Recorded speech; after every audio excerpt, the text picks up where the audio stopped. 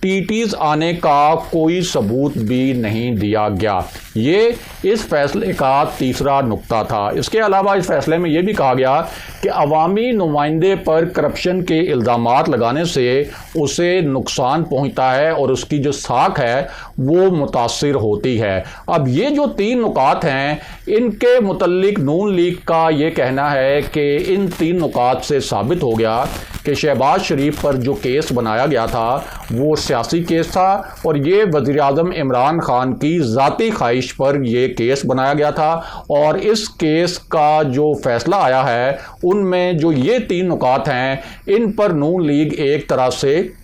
Celebrate کر رہی ہے۔ دوسری جانب حکومتی جو رہنما ہیں جن میں فواد چودھری بھی شامل ہیں اور جو دیگر رہنما ہیں ان کا تاثر یہ ہے، اور وہ انڈائریکٹلی اور کبھی ڈائریکٹلی یہ کہہ رہے ہیں کہ یہ فیصلہ اور اس کے یہ جو تین نکات ہیں اس سے تو صاف ظاہر ہوتا ہے کہ لاہور ہائی کورٹ جو ہے وہ شہباز شریف اور ان کے اہل خانہ کے ساتھ ان کے کچھ ججوں کا ملی بھگت ہے۔ اور اس حوالے سے یہ بات بھی کی جا رہی ہے کہ شہباز شریف نے جب درخواست دائر کی کہ انہیں اپنے علاج کے لیے لندن جانا ہے تو انہیں لاہور ہائی کورٹ پر اتنا یقین تھا کہ یہ فیصلہ ان کے حق میں ہی آئے گا کہ انہوں نے اس سے پہلے ہی اپنا ٹکٹ بک کرا لیا، اور اس کے بعد یہ بھی کہا گیا کہ جتنی جلدی میں اس کیس کو سنا گیا، جتنی جلدی اس کیس کا فیصلہ کیا گیا وہ ایک بہت غیر معمولی بات ہے، اور اس سے ثابت ہوتا ہے کہ یہ پورا معاملہ جو ہے وہ کسی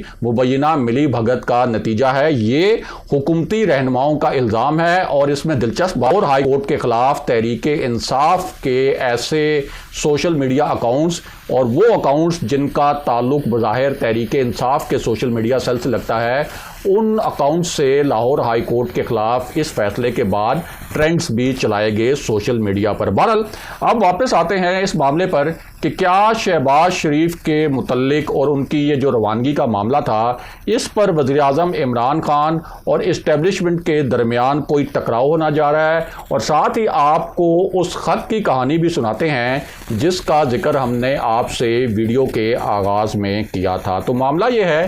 کہ جب شہباز شریف کو لاہور ایئرپورٹ پر روکا گیا اور یہ جواز بنایا گیا کہ ایف آئی اے کو ابھی تک نہ تو عدالتی احکامات کی کوئی کاپی ملی ہے اور نہ ہی ایف آئی اے کو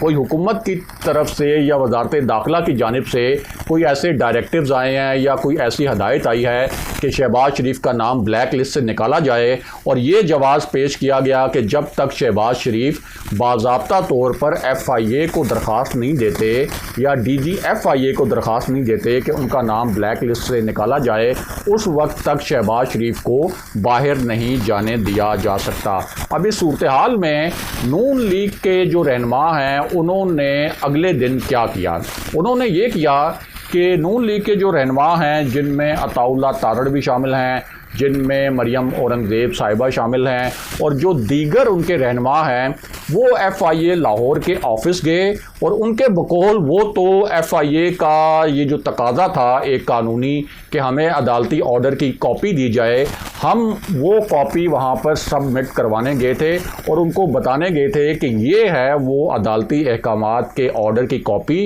اور اب آپ شہباز شریف اگر باہر جائیں گے تو ان کو نہیں روک سکتے۔ لیکن ہوا کیا؟ ہوا یہ کہ ایک تو وہاں پر تھوڑا سا سین بھی کریٹ ہوا، بالکل اسی طرح کا جس طرح کا سین لاہور ایئرپورٹ پر اس وقت کریٹ ہوا تھا جب شہباز شریف باہر جانے کی کوشش کر رہے تھے، انہیں ایف آئی اے کے عملے نے روکا تھا، اور اس وقت دونوں طرف سے کچھ کھٹے میٹھے قسم کے دلائل بھی دیے گئے۔ اس میں یہ بھی نظر آ رہا تھا کہ شہباز شریف بھی ایف آئی اے کے جو آفیشلز ہیں ان کو یہ سمجھانے کی کوشش کر رہے تھے کہ انہیں ایک مرتبہ ٹریول کی اجازت دی گئی ہے، اور مریم اورنگزیب اور عطاء اللہ تارڑ بھی اسی قسم کے آرگومنٹ اس وقت ایف آئی اے آفیشل سے کرتے نظر آئے تھے۔ اب جب یہ رہنما اگلے دن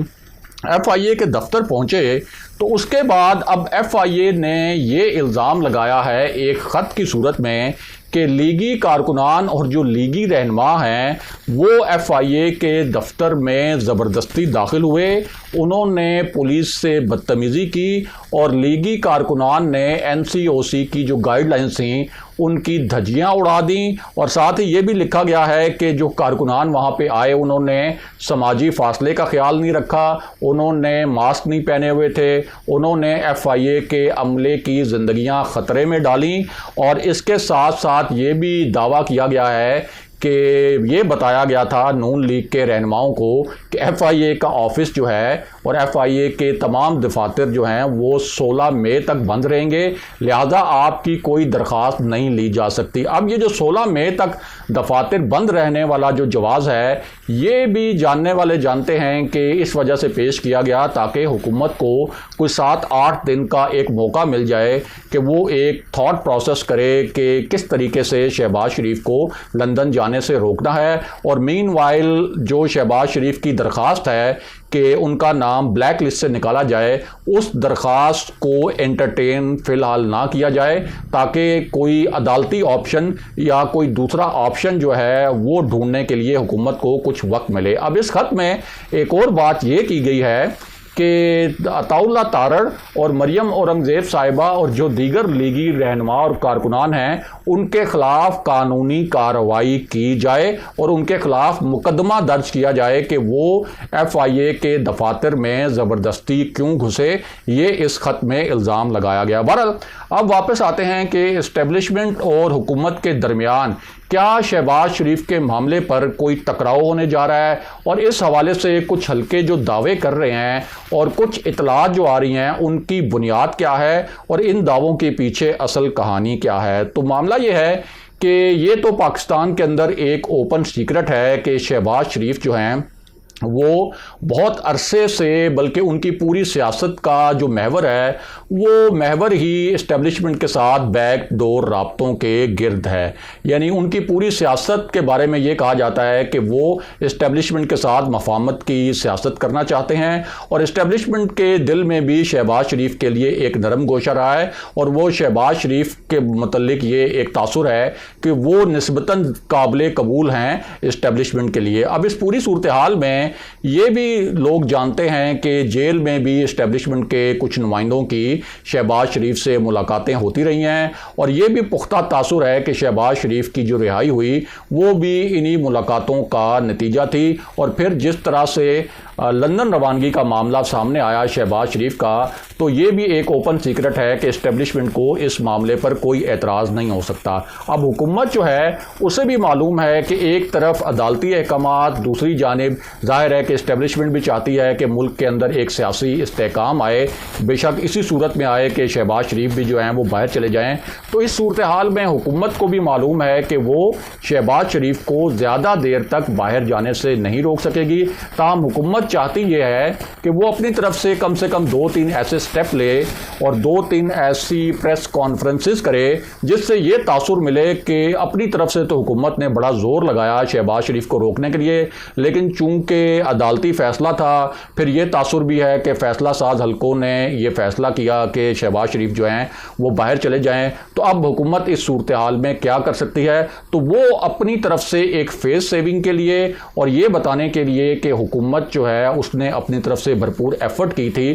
شہباز شریف کو روکنے کے لیے، اس تناظر میں یہ سارے اقدامات کر رہی ہے، اور لگتا نہیں ہے کہ شہباز شریف کو حکومت جو ہے وہ زیادہ دیر تک روک سکے گی۔ تو اس طرح شہباز شریف کے معاملے پر جو ایک ٹکراؤ کی بات کی جا رہی ہے وہ ٹکراؤ اس وجہ سے پیدا نہیں ہوگا کہ شہباز شریف جو ہیں وہ باہر جانے میں کامیاب ہو جائیں گے۔ اگلے پروگرام تک کے لیے خدا حافظ۔